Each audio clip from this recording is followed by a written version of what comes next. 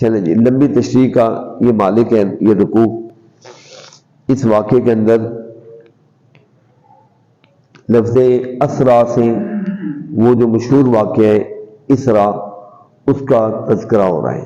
اسرا یسری، اسرا وہ مصدر ہے، یہ ماضی کا چیز ہے، چیز مطلب ایک ہے۔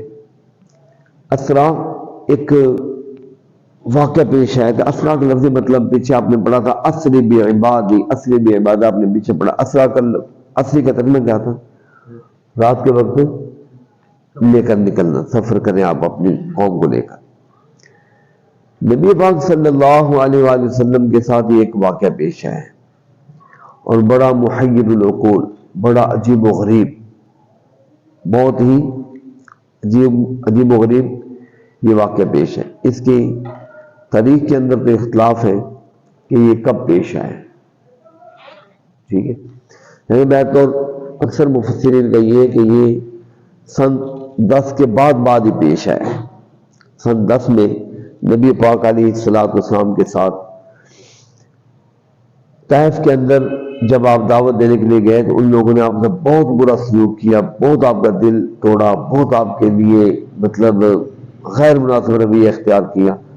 تو یوں سمجھیے اللہ پاک نے اس کے بدلے میں ان کے لیے ایک، آپ علیہ السلام کے لیے ایک خوشخبری، عالم بالا کی سیر اور یہ ساری نعمتیں، انعامات اور اتنا بڑا اعزاز دے کر گویا کہ آپ کی خاطر جمع خاطری کا اور دل بستگی کا اہتمام کیا۔ ایک مرتبہ مجھے یاد ہے حضرت قاری صاحب رحمۃ اللہ علیہ نے ایک جگہ پر درس دیا، تو انہوں نے اس موقع پر کوئی اس وقت ایک آدمی تھا ملتان کے، ان کی مثال دے کر کہنے لگے کہ ہمارے ایک دوست ہیں، ان کے گھر والے فوت ہوئے، تو وہ اپنے بچوں کو ان کے دل بستگی کے لیے، غم بھلانے کے لیے، ان کو سیر کرانے کے لیے وہ فلانے علاقے میں پہنچے گئے۔ کس لیے؟ تاکہ میرے بچوں کو جو اتنا بڑا صدمہ لگا ہے ان کی ماں کے جانے کا، تو ان کو تھوڑا سا ریلیف مل جائے، ریلیکسیشن ہوتی ہے، بندہ تھوڑا سا غم کو بھولتا ہے۔ تو یوں سمجھے، اس کو بیان کرتے کرتے کرتے ہمیں مثال دی۔ اللہ پاک نے اپنے نبی کو اس وقت جب کافروں نے آپ کو بہت تنگ کیا اور حد سے زیادہ تنگ کر دیا، پریشان کیا، تو اللہ پاک نے اپنے نبی کی دل بستگی کے لیے، جمع خاطری کے لیے، آپ کی تسکین کے لیے، غم اور ٹینشن کو کافر ختم کرنے کے لیے اللہ پاک نے اپنے نبی کو آسمانوں کے اوپر بلایا ہے۔ اور یہ واقعہ بڑا عجیب واقعہ ہے کہ رات کے ایک حصے کے اندر یہ واقعہ ہو گیا ہے۔ یہ واقعہ بظاہر اس کو ہم اگر دیکھیں تو انسانی بساط، انسانی طاقت اور انسانی سوچ سے بھی یہ ماوراء اور دور ہے، لیکن اس میں جو کچھ بھی آگے بیان کیا جائے گا اس سے پہلے اللہ پاک نے جو لفظ استعمال کیے ہے وہ ہے سبحان۔ سبحان کا مطلب کیا ہے؟ پاک ہے وہ ذات۔ سبحان کیا بتلا رہا ہے؟ یہ تمہاری سوچ میں اگرچہ نہیں آ رہا، لیکن یہ دیکھو کہ یہ واقعہ، بچے اس کو رکھ دیا کرو بیٹا، اس ذات کو جو پیش کرنے والی ذات ہے، جس اللہ نے یہ سارا کام کروایا، وہ ذات کیا ہے اس کو بس دیکھو۔ جب اس کو دیکھو گے تو پھر سارے اشکالات ذہن سے خود بخود نکل جائیں گے، دور ہو جائیں گے۔ اور وہ ذات کیا ہے؟ پاک ذات ہے، سبحان۔ بندہ وہاں تک سوچ نہیں سکتا، اس کی محدود سوچ، محدود اڑان ہے بندے کی، محدود بندے کے وسائل ہیں، لیکن اللہ کے لیے کسی وسائل کا مسئلہ نہیں ہے، اللہ کے لیے ان چیزوں کی کوئی احتیاج نہیں ہے۔ آپ نے پیچھے پڑھا تھا انما امرنا لشیء اذا اردناه ان نقول له کن فیکون۔ جس کا ہم ارادہ کر لیں بس ہم اس کو کہتے ہیں کہ ہو جا، وہ چیز ہو جاتی ہے۔ نبی پاک علیہ السلام کو مسجد حرام سے، مکہ شریف جو کعبہ ہے اس کو مسجد حرام کہا جاتا ہے، مسجد حرام سے مسجد اقصی وہ شام کے علاقے دمشق میں، یہ مہینے کا لگ بھگ کم از کم مسافت جانے کی۔ یہاں تک اللہ پاک نے، اس زمانے کی میں بات کر رہا ہوں، اللہ پاک نے اپنے نبی کو یہاں سے سیر کرائی، اور وہاں تک، یہاں تک صرف مسجد حرام سے مسجد اقصی کا تذکرہ ہے۔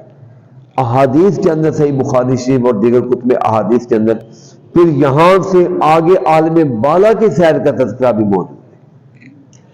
ویسے بھی وہ چیزیں وہ چیزیں جو ہے نا وہ قرآن میں اللہ نے اس لیے ذکر نہیں کی،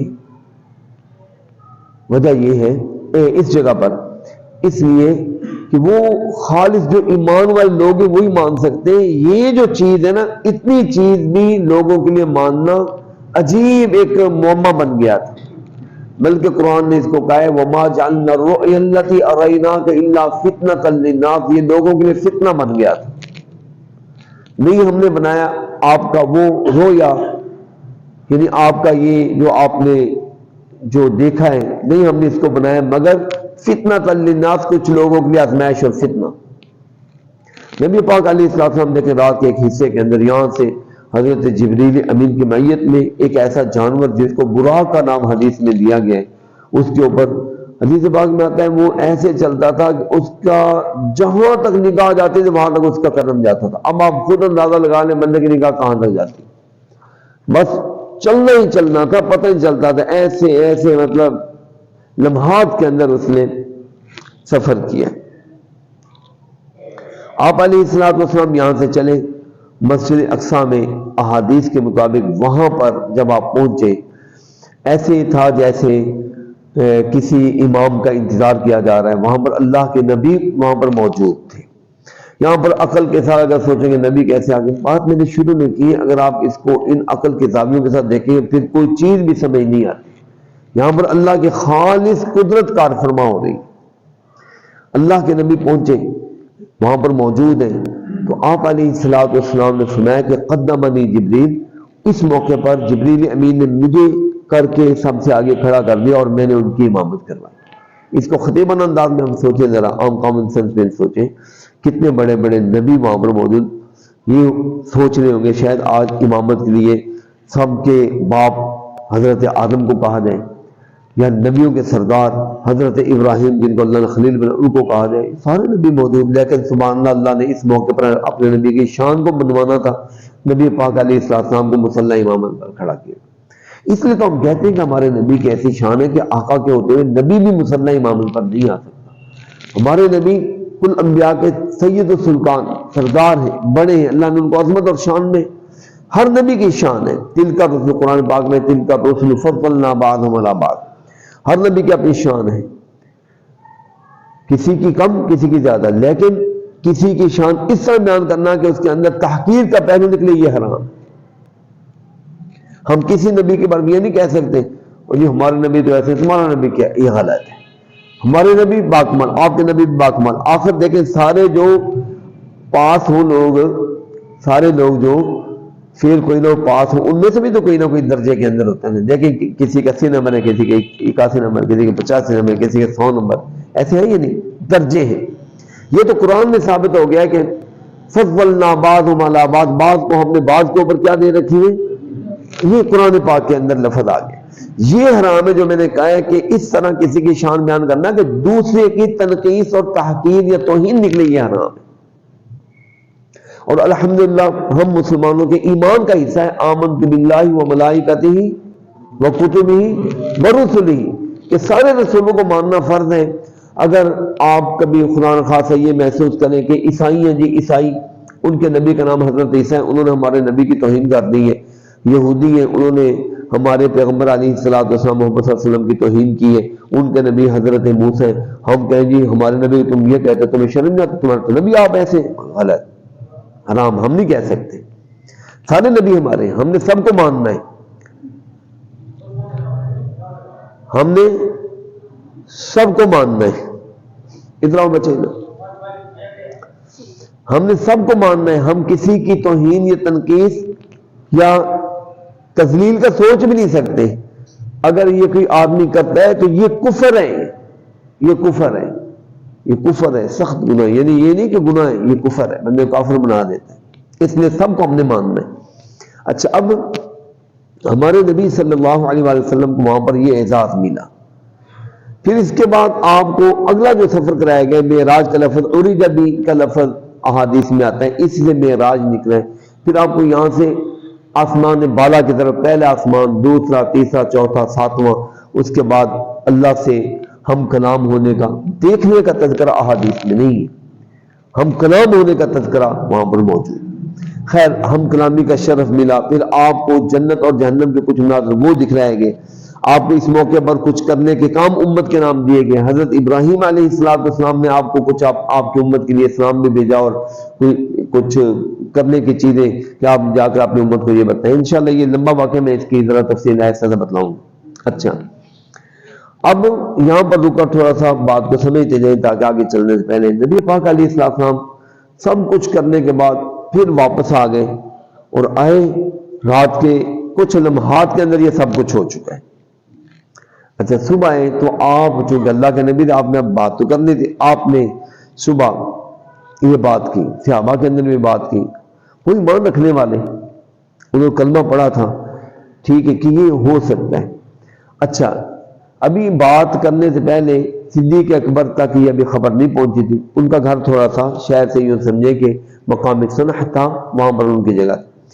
آپ نے جب یہ ماحول کے اندر مکہ کے اندر سے موجود تھے، ابو جہل وغیرہ تک یہ بات پہنچی نہ تو دوڑا جی صدیق اکبر کے پاس پہنچی، کہنے لگے جی آپ کا کیا خیال ہے، اگر کوئی شخص کہے کہ میں راتوں رات اتنا یہ کچھ کیا تو مانیں گے؟ کہنے لگے نہیں، یہ ہو سکتا ہے؟ کہنے لگے نہیں ہو سکتا، بالکل نہیں ہو سکتا۔ کہنے لگے نہیں، بالکل نہیں ہو سکتا، کیسے ہو سکتا؟ رات کے اتنے گھر میں بندہ جایا ہے، لیکن اس زمانے میں واقعی نہیں ہو سکتا تھا، وسائل نہیں تھے نا ایسے۔ اچھا، تو کہنے لگے اچھا یہی بات اگر محمد کہے تو؟ کہنے لگے اگر وہ کہے تو پھر ہو سکتا ہے۔ کہنے لگے یہ کیا؟ کہنے لگے وہ اللہ کے نبی ہیں، وہ اللہ کے رسول ہیں، ان کے پاس اللہ کی تائید اور نصرت موجود ہے، ان کے پاس اللہ کی تائید اور اللہ کے لیے کوئی چیز ناممکن نہیں ہے۔ اس لیے کہنے لگے لو جی پھر آپ کہنے لگے میں صحیح بات کہہ رہا ہوں، وہ اللہ کے نبی ہیں، اللہ کے سچے رسول ہیں، وہ اگر یہ بات کہیں تو وہ موجزانہ طور پر اس طرح کا جبریل امین آتے جاتے تھے، کتنی تیز رفتاری میں آتے تھے نا آخر وہی لے کر، صحابہ کو پتا تھا۔ اچھا، اس لیے وہ کہنے لگے اگر کوئی غیر کہے تو یہ نہیں ہو سکتا، لیکن اگر نبی پاک علیہ السلام کہیں تو آپ نے پیچھے بھی میں نے پچھلے دن بحث میں بتایا تھا، معجزہ جو ہوتا ہے نبی کا وہ خرق کی عادت یعنی عادت کے برخلاف ہوتا ہے، اس میں عقل عمل دخل نہیں رکھتی، عقل نہیں سوچ سکتی اس کو۔ معجزے یہ نہیں کہ یہ اسلام مانتے ہیں، ساری دنیا مانتی ہے اس کو، سارے نبیوں کے معجزات تھے۔ اب آپ نے پیچھے بڑھائے، مردہ کو زندہ کرنا ممکن ہے، حضرت عیسیٰ علیہ السلام احیی الموتى، لیکن کیوں؟ باذن اللہ۔ ابرئ الاکمہ والابرص، ابرئ الاکمہ مادر زاد یعنی پیدائشی جو اندھا ہوتا تھا جس کا علاج آج بھی نہیں ہے، وہ کہتے تھے ان کو صحیح کر لیتا ہوں، لیکن کس طرح؟ باذن اللہ۔ والابرص کوڑ والا آدمی، آج کل بھی کوڑ کا علاج بہت مشکل، آج کل کچھ نہ کچھ ہے اس کے اندر موومنٹ امپرومنٹ، لیکن پہلے تو یہ ناممکنات میں سے تھا، آج کل بھی بہت مشکل ہے، کئی لوگوں کے نہیں صحیح ہوتے، بہت مشکل، لیکن ابرص اس وقت کوئی علاج نہیں تھا، حضرت عیسیٰ علیہ السلام ہاتھ پھیرتے لیکن باذن اللہ، اللہ کے حکم سے۔ وَأُنَبِّئُكُم بِمَا تَأْكُلُونَ وَمَا تَدَّخِرُونَ، جو تم کھا کر آئے ہو اور جو تم اپنے گھروں میں سٹاک کر کے آئے ہو میں تمہیں بتلا دوں گا تمہارے گھر میں کیا پڑا ہے۔ یہ کیا تھا؟ غیب نہیں تھا، یہ کیا تھا؟ اللہ کے حکم سے سب کچھ ہوگا، تاکہ اللہ نے ان کو بتلایا کہ یہ اللہ کے سچے ہیں۔ لوگ مانگتے تھے کہ جی آپ تو ہمارے جیسے ہیں، ہمارے ماحول میں رہنے والے، تو آپ کے نبی ہونے کی کیا علامت؟ وہ کہتے تھے میں تمہیں ایسی کوئی چیز بتلاتا ہوں جو تمہارے پاس نہیں ہے، اور یہ پھر معجزے دکھلانے پڑتے تھے۔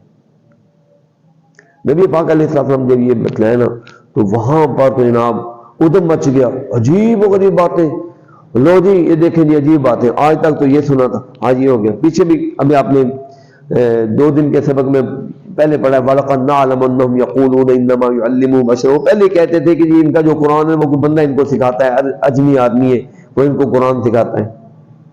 اب یہ چیز ہوئی تو بڑی حیرانگی ہو گئی، اب انہوں نے طوفان شروع کر دیا، باتیں شروع کر دی، اعتراض شروع کر دیا، پھر ٹولیوں کی شکل میں، ہاں جی پھر بتلائیں جی وہ کیسا تھا، وہ مسجد کیسی ہے، وہ اس کے ٹیئر گارڈن، بندہ پوچھے بھی میں اتنے جا اتنے بڑے مقصد کے لیے بندہ گیا ٹیئر گارڈن کیوں آتے جاتا ہے؟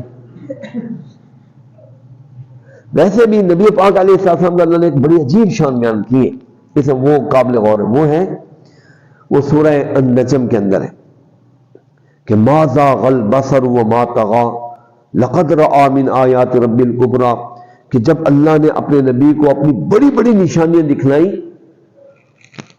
یہاں پر رکے. بڑی بڑی نشانی تذکرہ بخاری شریف میں آپ نے فرمایا میں نے دیکھا ایک سدرہ ہے, یہ قرآن پاک میں لفظ ہے عند سدرۃ المنتہا. یہ سدرۃ المنتہا کے وقت ہم نے وہاں پر اپنے نبی کو بڑی بڑی نشان. یہ سدرۃ المنتہا کیا ہے؟ سدرہ کا مطلب ہوتا ہے بیری کا درخت, منتہا مانے جو انتہا میں پہنچا ہوا ہے. حدیث پاک میں کہ اتنا بڑا یہ درخت ہے, دیکھیں ایک زمین سے لے کر دوسرے آسمان تک, آسمان سے دوسرے آسمان تک اتنا ہی فاصلہ جتنا کہ اس زمین سے لے کر اس زمین آسمان تک ہے.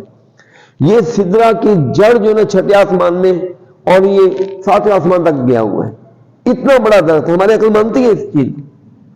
اچھا آپ نے فرمایا میں نے کیا دیکھا کہ یہ جو سدرہ ہے نا اس کے جو بیر تھے نا یہ حجر کے علاقے کے مٹکوں جیسے تھے. یعنی وہ مٹکے حجر کے علاقے کے مٹکے تقریباً 2.5 من کا ہوتا ہے, یعنی اتنے بڑے بڑے بیر. اور اس کے جو پتے تھے نا آپ نے فرمایا کہ آذان الفیل, ایسے تھا جیسے کہ ہاتھی کے کان ہوتے ہیں. اور پھر آپ نے فرمایا کہ بخاری میں کہ میں نے دیکھا کہ اس کا تنا جو ہے نا وہ ایسے تھا, اتنا چمک رہا تھا. اور اس کے اوپر میں نے دیکھا کہ سونے کی تتلیاں اڑ رہی تھی. اب دیکھیں سونے کی تتلی کبھی آج تک اڑی؟ آپ نے وہ سونے کی تتلیاں, اتنا عجیب و غریب منظر آپ نے دیکھا. لیکن قرآن کہتا ہے کہ ما ذاق البصر وما طغى. نبی پاک صلی اللہ علیہ وسلم نے اپنی آنکھ جس کام کے لیے گئے تھے اس کام کی طرف رکھی ہے, اللہ کی نشانیوں کو دیکھنا, اللہ سے ہم کلام ہونا, دوسری چیزیں. آپ نے ادھر ادھر دیکھنے میں آپ کی آنکھیں جو ہے وہ بھٹکی نہیں ہے, بہکی نہیں ہے. ورنہ دیکھیں کوئی آدمی کسی بڑے آدمی کے پاس جائے, اس کے دیکھ کر نہ بات چیت بھول جائے, وہ ادھر ادھر دیکھے, کبھی ادھر کبھی ادھر کبھی ادھر. اور جوید چودھری نے لکھا, کہتا ہے علیم خان نے مجھے انٹرویو میں کہا کہ جی عمران خان صاحب نے ہمارا سی ایم جو ہے نا وہ وزیر اعلیٰ بزدار صاحب کو ایسا بنا دیا تھا, وہ بارتھی والا کہتا ہے ایسا بنا دیا تھا کہ وزیر اعلیٰ ہاؤس کے اندر ہے نا ایک چھت جو ہے نا وزیر اعلیٰ ہاؤس کے اندر, کہتا ہے وہ موویبل میرر کی شیشے کی بنی ہوئی ہے. کہنا وہ سارا دن بس وہ کرتا سی, وہ بٹن دبا کے کبھی چھت کھول رہا تھی کبھی بند کر دو, ایسے بدھوں کو دیکھو انہوں نے سی ایم بنا دیا. پھر کیا پنجاب نے ترقی کرنی؟ تو جنہوں نے دیکھی تھا سی وہ جناب بارسی گیا ہوا ہے, جناب تونتا شریف گیا ہوا ہے جی. ٹھیک ہے نا جی, یہ تو مطلب ان کی مینجمنٹ. اچھا خیر, بات میں یہ بتلا رہا ہوں ان چیزوں کے بارے میں. جب انہوں نے عجیب و غریب باتیں کی نا, تو ان کے دروازے کیسے, ان کی کھڑکیاں کتنی ہیں, وہ اس کا کلر کیسے. کچھ لوگوں نے ظاہر بات ہے یہ علاقے میں سفر کیا تھا, دیکھا تھا. بخاری شریف میں حدیث اور مسلم میں بھی آپ نے سنایا کہ اس وقت میں کعبے کے پاس جو حتیم ہے نا جس کو ہجر کہا جاتا, میں وہاں پر کھڑا تھا, اکٹھے ہو کر آ گئے. تو جی بتلائیں کہتے ہیں آپ نے فرمایا مجھے اس وقت اتنی تکلیف ہوئی کبھی نہیں ہوئی کہ یار میں ان کو معجزہ بتلا رہا ہوں, اب یہ تکلیف کرنے پر آ گئے اور مجھے کہنے کہ جی بتلائیں اس کے کھڑکیاں دروازے یہ وہ بتلائیں. کہتا اب میں بھی پریشان ہو گیا, اگر نہیں بتلاتا تو مسئلہ بنتا ہے, اگر بتلاتا ہوں تو کیسے بتلاؤں. میں کون سا یہ چیزیں گنتا رہا تھا کہ نہیں کتنے دروازے. میں تو اس لیے کہتا ہوں ہمارے کئی لوگ ہوتے ہیں بالکل بیٹھے بیٹھے نا چھٹی گارڈر گن لیں دیں, لیکن نبی پاک علیہ السلام تو یہ کام نہیں کرنے گئے تھے.